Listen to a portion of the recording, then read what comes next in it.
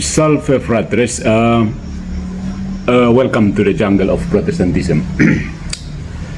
Ada satu pendeta yang rupanya berniat sekali menggambarkan bagaimana Protestantisme melihat gereja Katolik. Nah, ini kesempatan bagus bagi kita orang Katolik untuk memeriksa bahwa Protestan itu memang gagal total memahami gereja. Mereka terlempar dari gereja dan sibuk untuk membenarkan diri. Terakhir mereka harus membangun karikatur tentang gereja Katolik, lalu menyerangnya dan menghibur orang-orang tidak terpelajar di luar. So, Patrick Smith dan boneka jerami membantah karikatur Protestan tentang iman Katolik. Oke. Nah, kita tahu strawman argumen atau argumen manusia jerami itu adalah teknik debat murahan. Buat karikatur dari lawanmu, lalu hancurkan boneka itu seolah kamu telah menang. Ini bukan argumentasi, ini sihir retoris. Nah, dalam video terakhirnya, Patrick Smith menyuguhkan kita parade boneka-boneka jerami yang lucu sekaligus menyedihkannya. Mari kita kupas satu persatu. Poin yang pertama, Katolik mengklaim penafsir Alkitab tapi tak pernah menafsirkan. Patrick Smith berteriak, Katolik cuma klaim-klaim kosong, katanya. Katanya gereja tidak pernah menafsirkan kitab suci secara resmi. Dia berkata seperti itu. Faktanya, ribuan tafsir resmi telah diproduksi gereja melalui konsili, katekismus, dokumen paus, liturgi, hingga komisi Alkitab kepausan. Gereja Katolik tidak menulis satu tafsir tunggal dari Kejadian sampai Wahyu, karena bukan itu cara gereja bekerja. Sorry. Penafsiran dilakukan dalam terang tradisi dan magisterium, bukan dalam format buku tafsir Protestan berjilid-jilid. Membandingkan klaim infalibilitas dengan jumlah jilid tafsir pribadi adalah kekeliruan kategori. Poin yang kedua, Katolik diselamatkan oleh mesin cuci. Smith menyebut purgatorium sebagai mesin cuci dan menyimpulkan bahwa Katolik tidak percaya iman atau perbuatan menyelamatkan. Ini bukan kritik, ini jelas stand up komedia. Gereja Katolik mengajarkan bahwa hanya kasih karunia Allah melalui Yesus Kristus yang menyelamatkan, diterima melalui iman yang hidup, yakni iman yang menghasilkan perbuatan. Purgatorium bukan sumber keselamatan, tetapi proses pemurnian bagi jiwa yang sudah diselamatkan, tetapi belum sempurna. Lihat 1 Korintus bab 3 ayat 15. Smith menyerang versi halusinatif dari ajaran Katolik yang hanya ada di kepalanya sendiri. Poin yang ketiga, gereja Katolik melarang baca Alkitab, kebohongan lama yang diulang-ulang. Ya, gereja membatasi terjemahan liar untuk mencegah penyebaran kesesatan, bukan melarang kitab suci. Faktanya, banyak terjemahan Alkitab Katolik telah ada bahkan sebelum reformasi. Yang dibakar bukan kitab suci, tapi tafsiran menyesatkan dan berbahaya bagi umat awam yang buta huruf teologi. Jangan bandingkan Patrick Smith sekarang dengan manusia-manusia abad ke-16. Belum ada wajib belajar Patrick Smith. Mau bukti, gereja Katolik mendorong pembacaan Alkitab, dan sejak Konsili Vatikan kedua, setiap misa Katolik mewartakan sabda Tuhan dari kitab suci. Adakah komunitas Kristen lain yang membaca Alkitab selengkap dan sesistematis gereja Katolik dalam liturginya? Tidak ada.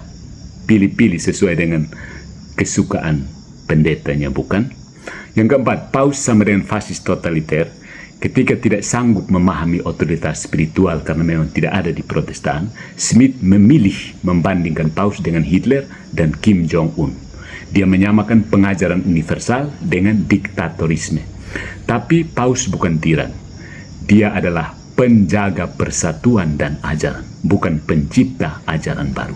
Dia bukan kepala gereja secara rohani, itu Yesus, melainkan wakil pastoral yang menjalankan perintah Kristus kepada Petrus.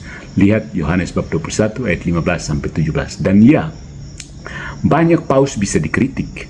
Bahkan para santo seperti Katarina dari Siena pernah bersurat keras kepada paus. Kritik yang lahir dari kasih dan iman bukan dosa. Smith hanya tidak mampu membedakan kritik dengan pemberontakan. Poin yang kelima, gereja Katolik bukan kerajaan Allah karena ada skandal.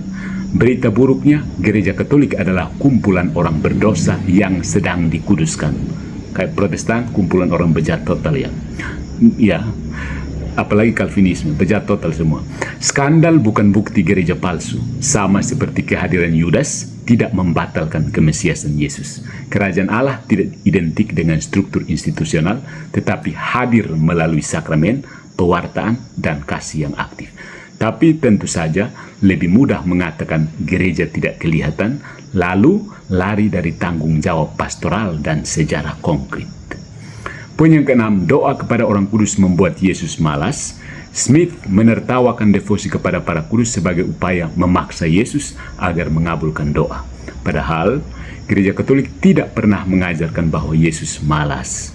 Kita meminta doa para kudus bukan untuk menggantikan Yesus, tetapi karena kita percaya pada persekutuan orang kudus, tubuh Kristus yang hidup, baik yang di dunia maupun yang di surga. Jika Padre Smith menerima permohonan doa dari pendetanya atau umatnya kalau dia pendeta, kenapa dia menghina permohonan doa dari orang-orang kudus di hadapan Allah? Yang ketujuh, dogma Katolik itu baru dan buatan.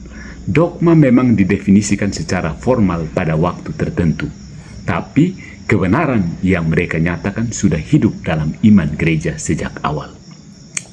Yesus tidak pernah berkata, "Aku adalah hipostasis kedua dalam prosopon Tritunggal," tapi gereja menetapkannya di Nicea.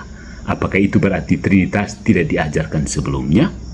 Dogma bukan penambahan, tapi penyebutan eksplisit terhadap kebenaran iman yang selalu dipercayai secara implisit. Nah, ketika Padre Smith adalah momen ketika debat menjadi teater karikatur. Padre Smith ini tidak sedang berdialog dengan iman Katolik. Dia sedang berdialog dengan versi fiksi yang ia ciptakan sendiri, karena Protestantisme yang dianut sedang porak-poranda oleh seorang apologet Katolik yang tidak mau saya sebutkan namanya. Dia membakar jerami dan menyebutnya Vatikan. Dia melempar lelucon dan menyebutnya eksposisi doktrinal. Dia menertawakan orang-orang kudus dan menyebut dirinya pembela Kristus. Sayangnya, seperti kata Chesterton, orang tidak menyerang gereja Katolik karena mereka tahu terlalu banyak, tetapi karena mereka tahu terlalu sedikit, dan yang sedikit itu pun salah. Jika imanmu kuat, kamu tidak perlu memalsukan lawan. Jika Kristus benar-benar kepalamu, kamu tidak perlu menjadikan gereja lain sebagai karikatur. Yang takut pada gereja Katolik hanyalah mereka yang tidak sanggup berdiri di hadapan sejarah, rasionalitas, dan kesatuan tubuh Kristus yang sejati. Good job, Pendeta Padre Smith. Apakah Anda masih tetap bejat total?